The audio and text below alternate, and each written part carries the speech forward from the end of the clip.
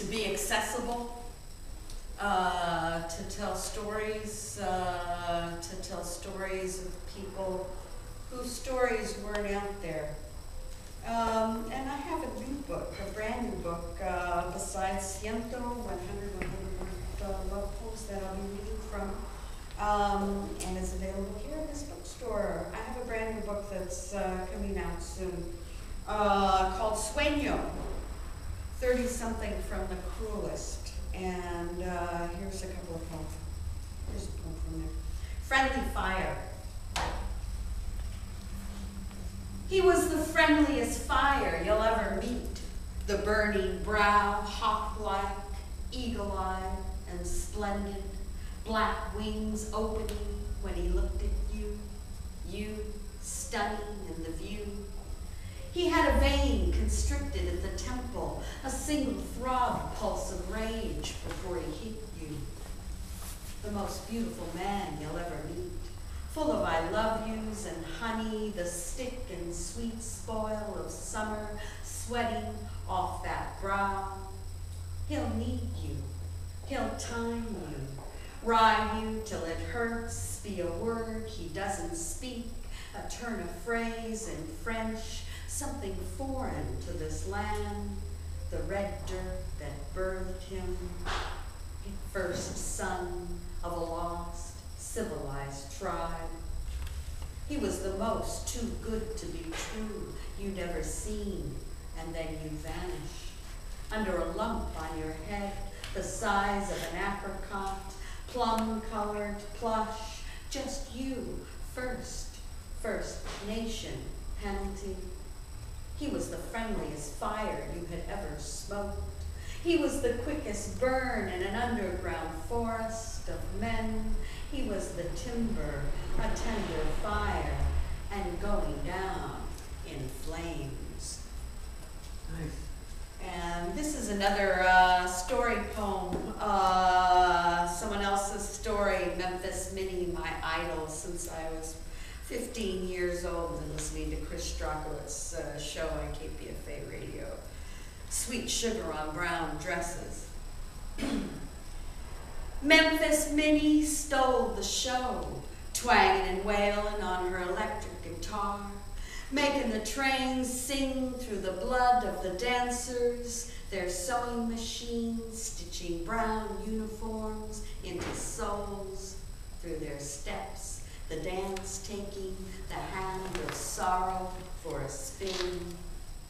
She would plan the great escape, sojourner searching for her truth, all gussied up and settling for a six-string happiness. Next train to Clarksville, it's a long way home, it's a long walk home. I've been there, taxi ride across town with a Pakistani driver who was born there. Sure, he said, the paper just ran a big spread. Her stance, her grinning gold, the accents of her indigenous brows, even near death, a face, and the paralyzed hands folded on the porch in Memphis. Another photograph, another kind of home, far from the stockyards, the killing pens, the sundown laws. It was not that my man done left me, that pleading through the night. It was that I hate to see that evening sun go down, when the law had the right to arrest you, an unaccompanied negress, rape you, beat you, sterilize you, and abort your child when the sun go down. And I have a villanelle. I don't usually write villanelles. And then we don't usually lose a city like New Orleans. So this was a poem that was part of a fundraising effort. I wrote the poem to raise $100, and since I raised $100 for the Katrina survivors in New Orleans, I also contributed to Brian Wilson of the Beach Boys' effort to give direct aid to New Orleans, to go down there with real money and water and food and whatever else they need, like mosquito nets and things. Anyway, I was able to read this poem to Brian Wilson of the Beach Boys because I donated to his cause, and I remember him saying, you want to read me a poem that you wrote? That won't be necessary. He kept repeating that about 4 times, and then I explained to him it was for Clarence Gatemouth Brown, who had died, I think, of a broken heart a couple of days after Katrina hit, after being found in a boat roaming around in the water and ill. A blue wake for New Orleans for Clarence Gatemouth Brown. There was a rhyming city on a blue bayou till the wicked wind laid waste. A nothing sound in a city's soul and a nothing you can do. There was a windy will and a blue horn, you, a single name that was left in haste. There was a rhyming city on a blue bayou. There is a wailing city, a water high and you, left amid the residue up to your waist. A nothing sound in a city's soul and a nothing you can do. There was a loving city in a blue hoodoo, through a hard-knocked school, a river's waste. There was a rhyming city on a blue bayou, a full moon hue, a relation to dew, jewelry on a spider's bed, so chaste. A nothing sound in a city's soul, and a nothing you can do. There is a silent city, a blue shirt crew, the yellow vest of Savior waits. There was a rhyming city on a blue bayou, a nothing sound in a city's soul, and a nothing you can do. I'll bring Jim Powell.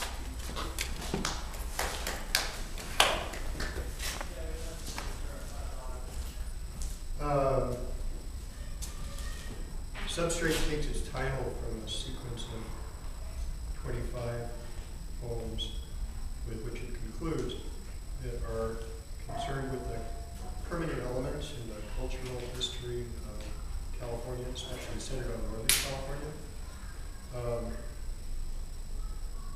And the first poem in it is called Painted Hemisphere. It refers to a tribe that lived on the Mimbres River in southwestern New Mexico from 4900 AD until about 1250 AD, and had an incredible and I think unquestionably world-class tradition of painted pottery, which is now scattered around various places in the United States, some of them in New Mexico. A painted history, a painted hemisphere. The Mimbres ancients buried family skeletons prone underneath their Pueblo household floors, with broad ceramic bowls inverted over skulls and interred eye sockets upward below their earthen domes. The interface, a painted hemisphere of art for blind eternity. A hole punched through the center of the bowl chosen, fulfilling custom, letting the breath escape the broken clay, the image, the design. A lunar rabbit bends a quarter turn round this one's vacant middle. The winking crow perched halfway down his backbone, beaks the nearest of 4 pair of ribs, their cartoon crescents, all the remains of the hare's hindquarters. His waning orb, half eaten by the bird, pecking clean the knuckles of his spine. This 5th moon rabbit, hare of the May, his good eye cocked off center at the bottom of a punctured bowl, and grizzled whiskers quiz the solar scavenger fastened on his shoulder blade, talons in the quick. In his still gaze, outward serenity, a bemused whisper, sister quail, brother fish.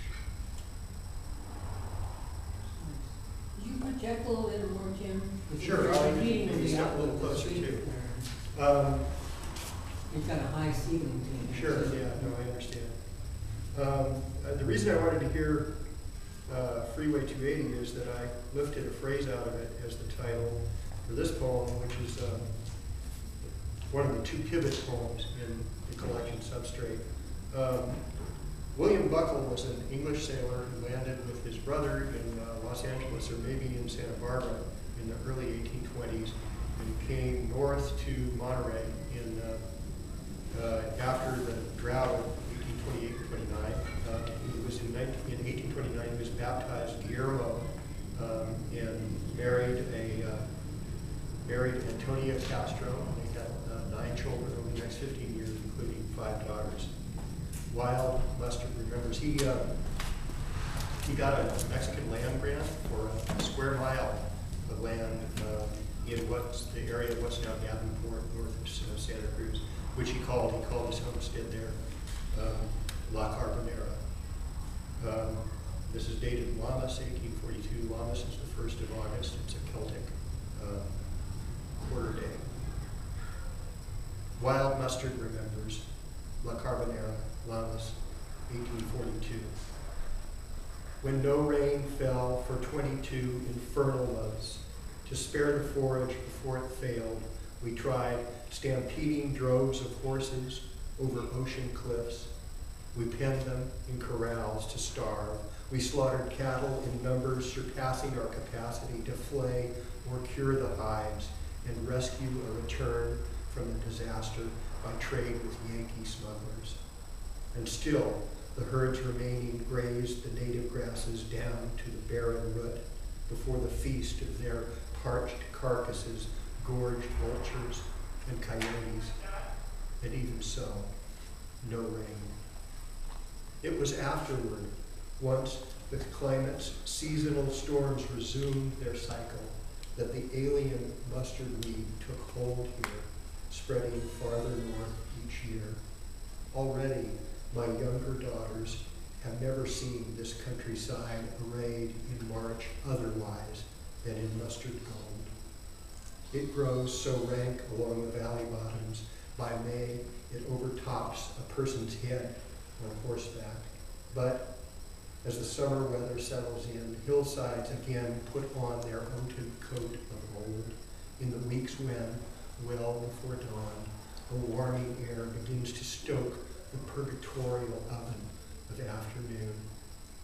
Wisest to rest out the heat within a cool retreat, shifting from shade to shade among the oak and aromatic bay as morning shadows dwindle to a line, a breath, and pause, and change direction while time hangs aloof, suspended in the balance of the sun.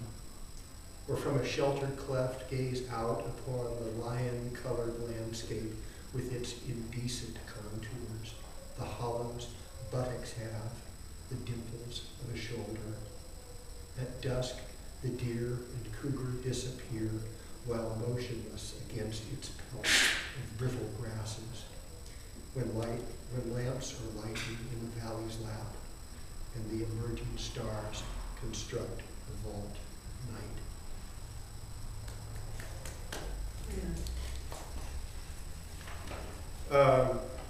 This is called The Lances of Old Spain at San Pascual. San Pascual was the climactic battle between the Californios and the invading American forces in 1846 actually. It's the first poem that I wrote in Substrate, and it came out of the amusement at looking around at we have about a dozen different eyewitness accounts of that battle. We have accounts from the California side, we have accounts from the American side, we have an account that originates with Native American, San Diegoino Native American who witnessed the battle on the road. So we have a lot of versions of what went on, including two from Kit Carson. The Lances of Old Spain at San Pascual, December 6, 1846.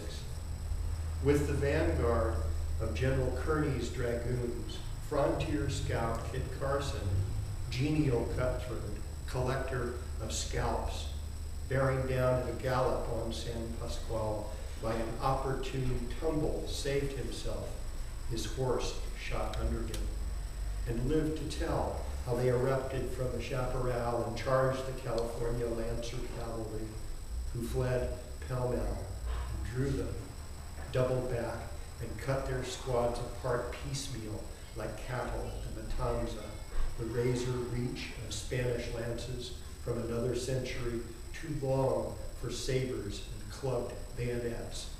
Desert bedraggled army horsemanship no match for practical vaquero mastery of slaughter from horseback.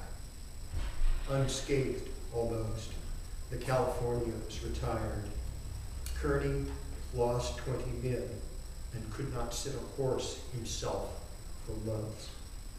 Of those in the first onslaught, only a few stragglers survived the brunt, the savvy scout among them. General Pico's victory altered nothing. Kearny was delayed a week in reaching San Diego. Old Alta California was still lost, or won, depending on the point of view. It was a backward country. The pennons prancing on the antique lance heads, the horsemanship that rivaled Tartary's, style in defeat. In a half generation, 2 years drought and want of capital destroyed the herds and bankrupted the rancheros. I'll read one more poem having to do with history, and then pass it back to you. This is called Terms of Employment, and it's Bob Brotherton talking, and he's talking in Watsonville in the mid-1890s about events that took place 15, 20 years earlier. Terms of employment. When I was agent for the telegraph, we lost connection on the San Juan to Visalia line, and the front office wired me to restore it. I rode south up the valley and over Pinoche Pass until I found poles down. Then north to Mercy Hot Springs in Los Banos, rounding up the posse of vaqueros I hired to help. And with a liberal supply of spirits to encourage their assistance, we completed repairs expediently. And when I billed the job and itemized refreshments, $50, they summoned me to San Francisco. Once I explained, and the high muckamucks came down off the ceiling, they told me, henceforth, always to call liquor hardware.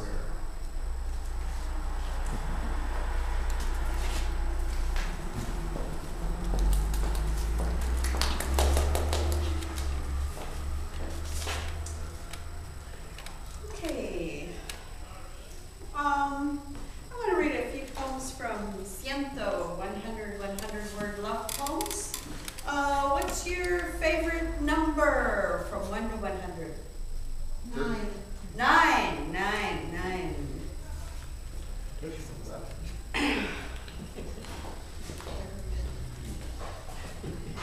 Number 9, 100 words over how I don't bear a grudge for the heart. I don't carry a grudge against the government. I have the nation of you. I have your hands and what they can do. I have the heart of you, special core of your purpose and power. I have the gift of your sweat-stained sage, your hummingbird's bliss, sanctuary that you would find in me. I don't carry a grudge for any mortal. I have the fire of you. I don't bear a grudge for the stars, the shifty planets, seas repel and contract, all those contracts of amour, broken and otherwise. I have this treaty with the heart. Another number? These are like tarot cards, so. We have no idea. Another number? 41.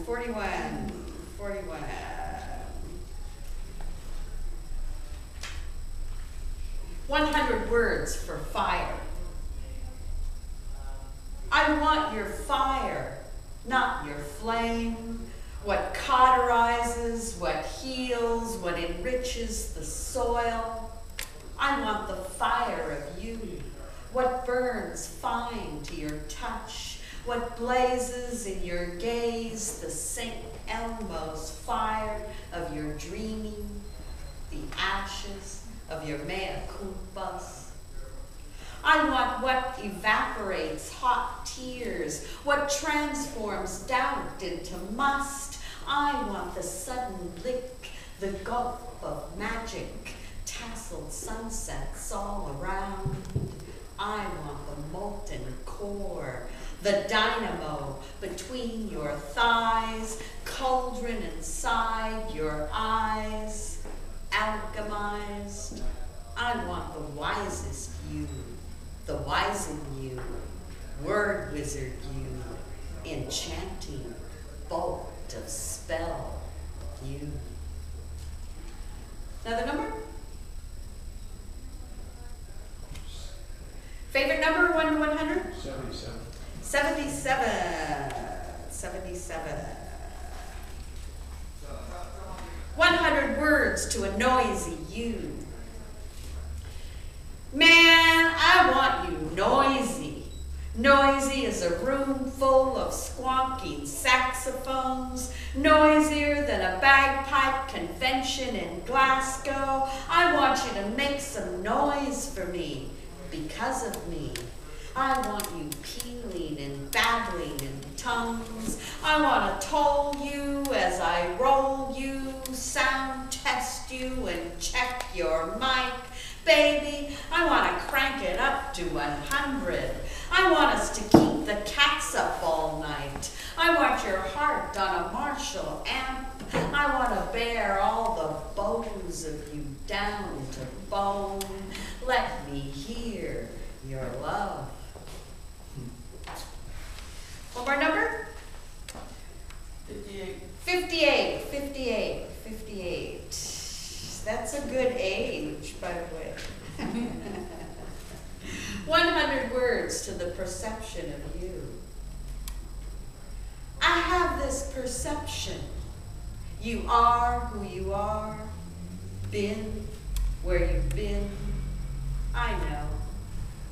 I know what anyone knows, short of nothing. I know birds return, not to me. I know what I feel, what hurts, the shape of you on top of me. Perception like me, once extinct, now an insurrection of knowledge. Now I percolate through dreams. You dream me into cloth, into your warmth beside you. Whatever sign do I need? So plainly, snow tracks, fallen cake crumbs for you, messages that pass through mountains, pass through diamond and mist, waves of missing you, particles change. Thanks. I want to bring Jim back up one more time, and then we'll have our open mic monotone until we run out of time. Hey, welcome, Amy.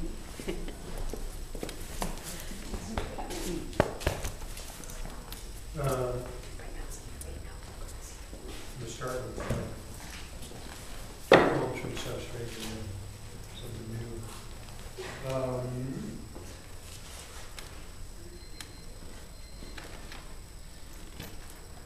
called Doxology. These are two poems for the occupied people. Doxology. Praise monsters if you mean to rise.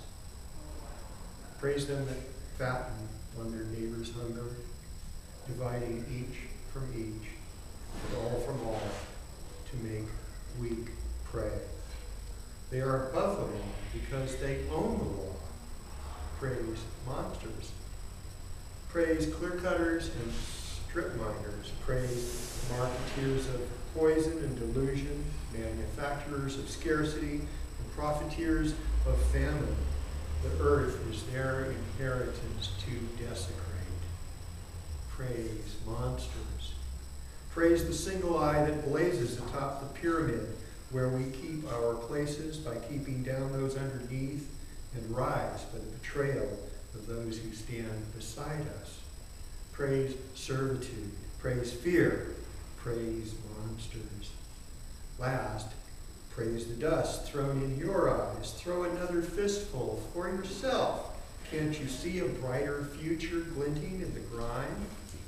Praise your gag and praise your blinders. Praise monsters.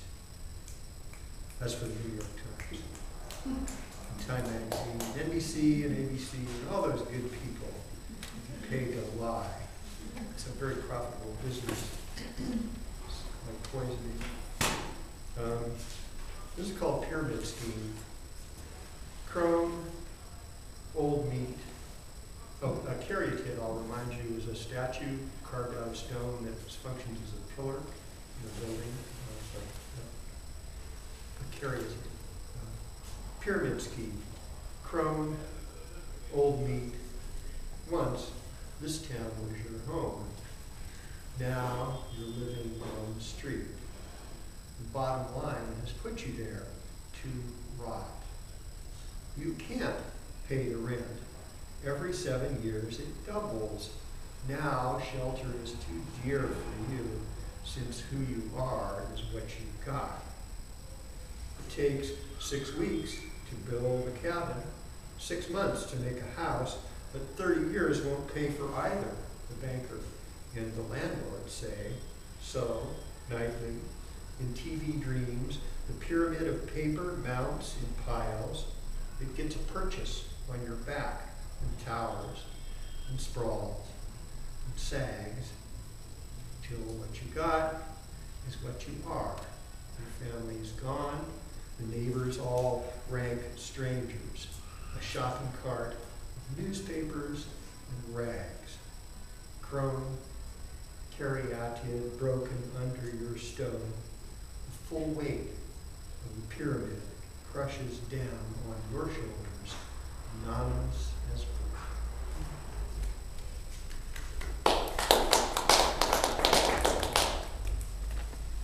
Sovereignty. The child, riding his father's shoulders above the crowd, looks down into the whirl of faces swimming at his knees, king of the world in his own mind. At each turn, alternate destinies invite his liking. He gapes, meanwhile, and holds tight, safe on the charmed brink of childhood, a bubble clinging at the fall's lip, delighting to be thus elevated. Later, learning to carry his own weight on solid ground, he would renounce the idols riding his father's back, curse naked king and paper crown to make his way, still not noticing how his choices begin to overtake him, the water rising at his heels.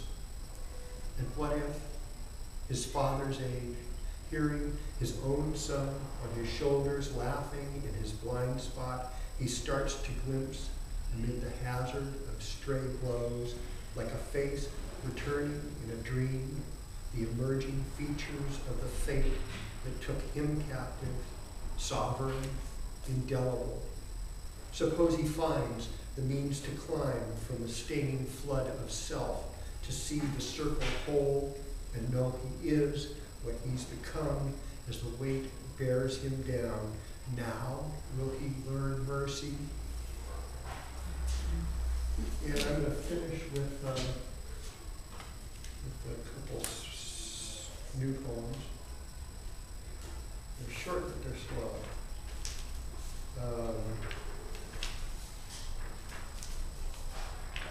This is called The Hour. The Hour. The old year ends in fear, as it began for many a man, met with curses, at reverses, or remorse completes its course. A few rejoice in a loud voice, others glower, craving their power. Some cower, all bow to the hour.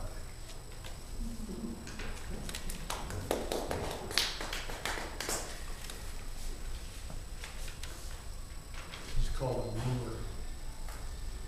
Like a bird at night, homing on a light, slam, here I am again, against the icy pane, knocked down from a height, blind ass in full flight, or else the way a sailor in a mermaid mirror, caught and captivated by cold glass, as fated, lured to drown, grasps after an image on the water, bobbing, and sits bolt upright, driven wake, sobbing.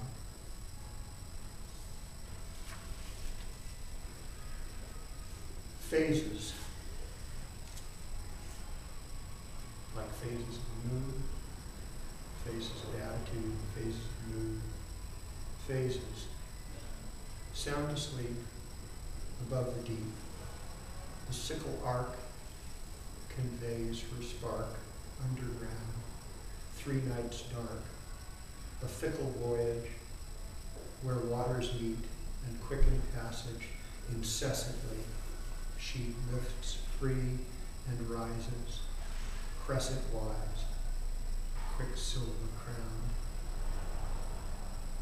Cresting the brim, light overflows the winking rim of all she knows and faces him full on, up close.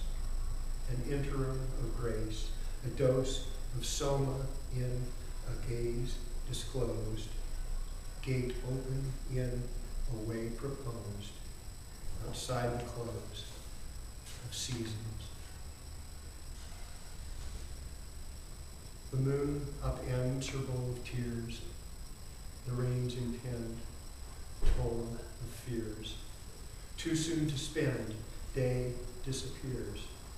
She cannot mend the pouring years, or pretend her role unclear.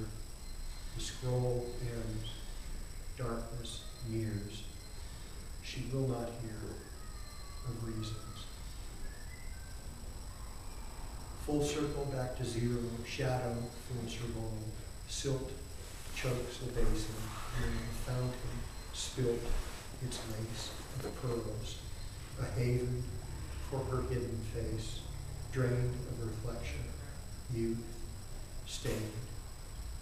She returns to mill, distilling what she flees. Need coils a nest in lack, an ache of hungry seed to slip her clasp and spill, snaking from her fingers, sink to rest in soil and be still. One more. This is called Circumference. This bowl is the clay whose spinning orb escaped the pressure of her palms upward to take shape at the center of the wheel. A thumb plunged in, opened it up inside, fingertips curled the lip. Tried and purified, it passed through fire twice. This is the bowl she threw. The band of bone ash blue around the rim embraces and abolishes emptiness in calm. Brim it with piles of petals or spew. It contains them. Its circumference encloses yellow bile as well as roses. Stone-like in the hands with a granite ring, its moon silver inner round encompasses an end, beginning, and return. Thank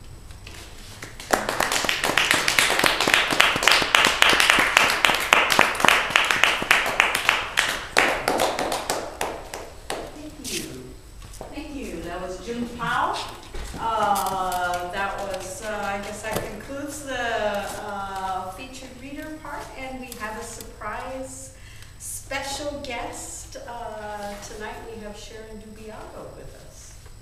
Do you have anything? You have your book with you? That would be great. We also have Naomi Quinones, who was originally asked to help us launch our open mic series here, Alley Cat Poets in the Mission, and our theme of La Historias, and she is a historian. And being a good historian, she is just back from doing research in Mexico, just off the plane. So we're glad to have her here for our open mic. And Sharon Dubiago will be reading same time next month, first Wednesday of the month, Alley Cat Poets in the Mission, with Sherry Moraga, a real treat. Sharon Dubiago and Sherry Moraga.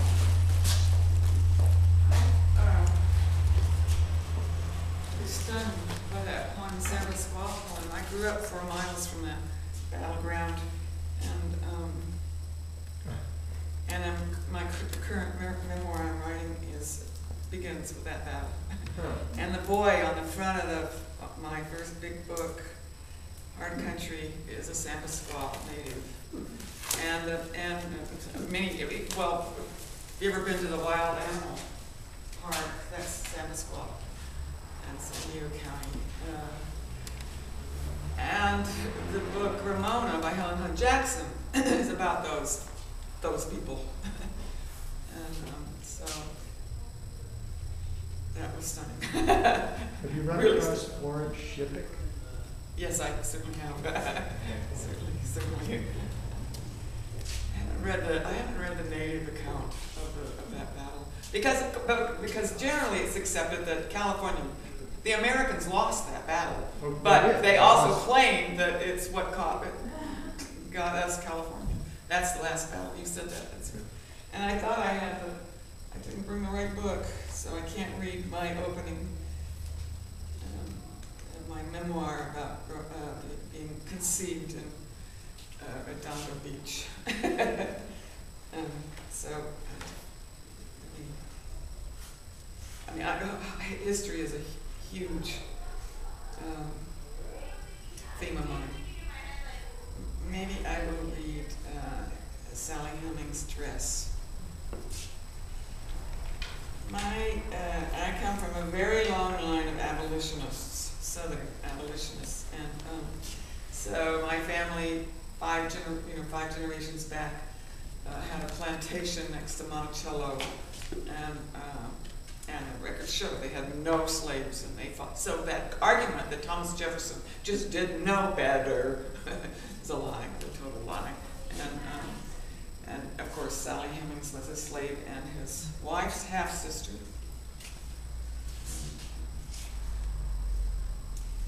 And this is incredible art, series of art that was done in Charlottesville when this happened. And the DNA finally came in 2001, proving that in fact these folks were direct descendants of Thomas Jefferson. That just blew everyone, because they denied it. They denied it and denied it. All of the scholars, the University of Virginia, the preachers. Oh God, it's disgusting. Anyway, this is what happened when the DNA came in. Well, this is a poem. I mean, I love this photograph. Sally Hemings' dress. When I put on Sally Hemings' white dress, I found myself stepping up the highest building in Virginia. I pulled it off and draped it over the steeple's cross. When the sun rose, I was standing there naked, the father of my children. And when the sun set, I was the moon and all the stars, the father of my country. This doesn't mean I don't love Thomas Jefferson and his pants. Of course, only in heaven does he get to wear a dress. Here, even the president can only lie down on the bed, drape it over himself and sigh, what am I to do with this? When he puts the cigar in her vagina, the highest building in the land collapses brick by brick. The dress goes up in flames, semen of sunrise, noose strung from the oak around his neck, bloody cock in my bloody black mouth. But oh, moon, you rise again, virgin impenetrable, and I step through the sky in my beautiful dress, issuing forth all the Union and Confederate dead in theirs.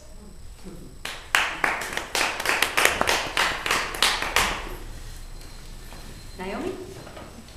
Is that all? Well, history is, many times we think of history as part of the past, and history is right now. And thank you, Lorna, for making history by getting the series together at Alley Cat. Let's give her a hand for that.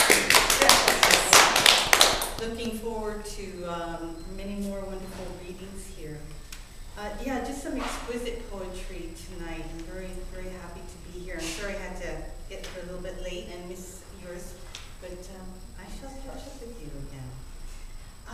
Okay, so I'll go ahead and read this particular poem because at this time, with what is going on in this country, this society, and we have these voices rising that are sexist, racist. We have the specter of the limbo comments. We have the judge sending out these hateful emails about Obama and his mother. We just have all of this ugliness that has not been like purged from this country. I don't know if it ever will be. That is back again. I wrote this actually maybe about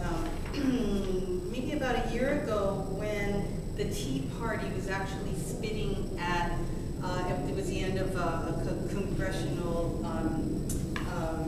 session, and there were Tea Party members out there, and they were spitting and throwing things at the Liberal Congress. This was such a despicable thing. So I inspired this, called The Voices of the Old South. Definitely part of this country's history, and just in case we have forgotten about the segregation that was basically taken as normal for this country, we're being reminded of it right now. The voices of the Old South bellow in the new wind. The ghost of slave owners commandeer media, monitor the masses for hate. The Ku Klux Klan casts off its sheets and storms the streets of Washington. A body of white and bellicose in sweatpants and tennis shoes parades its scorn, spits in the face of reason, and marches to the legacy of the hate that seeded this nation's power. Centuries of Jim Crow, native genocides, continuous dispossession of Mexicans, and anti-immigrant sentiment, decades of indentured servitudes have carved harsh hearts, hardened the thin interiors of souls craving the violent controls of the past. What are you but a lynch mob in patriots' clothing, set out to hang the future by its neck, longing to leer with sweaty eyes at a social body swinging from a noose? March on, dwindling cadavers. Your threats to exterminate are pointless stagings of your fear, of new winds blowing louder and stronger with the voices of all people whose blood has nourished this land.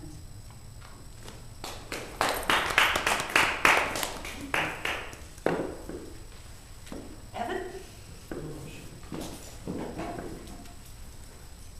Hi guys. So this is a new poem. It's called The Word for Gold. To go heavy, we're not engaging. to distill into words, to collect them, whichever will catch me. I used to do 500 a day, 50 at a time. This is my 15.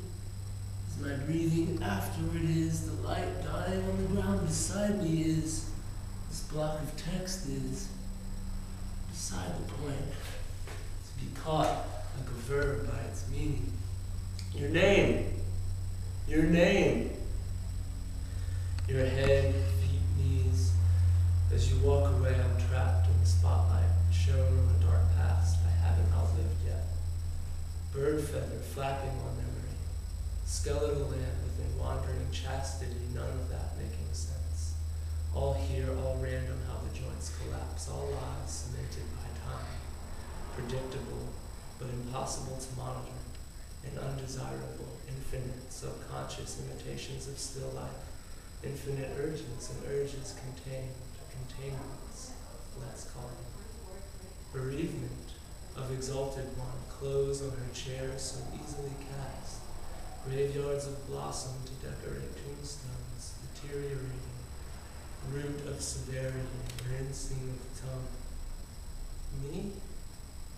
Left on light in an empty room. Won't switch off, switch off, switch. I wanted the awakening of a God's poet stuttering from the truth of my heritage. Untold due to the heft of it, too holy for the chosen people to carry, so they left it behind some walls, on tablets, too ancient to make any sense of it, too true to undo what the planet has spun out of it. The word for gold was always forged by the highest kidder. Take what has any meaning to you, share it meaningless. Catch what is coming to you, claim it regardless. Light your head on fire if you want to see. Light your head on fire. Or would you rather be a mumbler?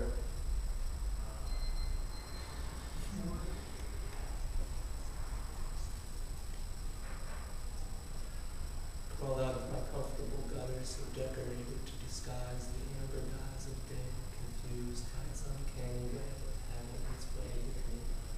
Emptied one side of it, rubbing my eyes so dash with constancy, A-R-R-E. I am not too tired for the child on your arm and your care to offer a calm centered look and an outstretched hand to stand on the edge and keep talking. To persist on the factual until it makes sense. Yes, it makes sense, of course. I'm not too tired for the risks I'm not taking from fear, nor too scared for the risks I'm not taking because I'm not tired. Outlived every adjective as I have. I'm not sorry. Sorry is not a state. These feelings I have, the result of the thoughts of an animal, needle in the head, melody stuck in my hide. 5 times in monotone echo. Oh, sing, human homework, human love. Behind the forgotten pleasantries of the past times we inherited and abandoned and abandoned and abandoned things. You are not too fat to lap tawdry at the sweet of the lyre, forged by invisible wings to the lip of the fire to burn, or else be burned. The belch of purity, of fate, unfiltered, seasoned by grace, by chance of wind, plot of land, lack of overhang, and sound footwear, cracks from toe to sole and back so many times. A highway haunted is the dawn, a banquet, or smile, forced into stomach, too burdened by our thoughts' compulsions, to be a dependable portal anymore.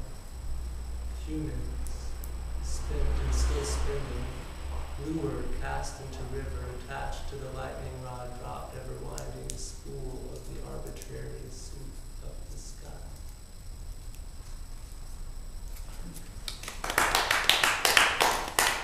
That was Evan Park. Thank you. Would you like to read anything? Jennifer, right? Yes. Thank you.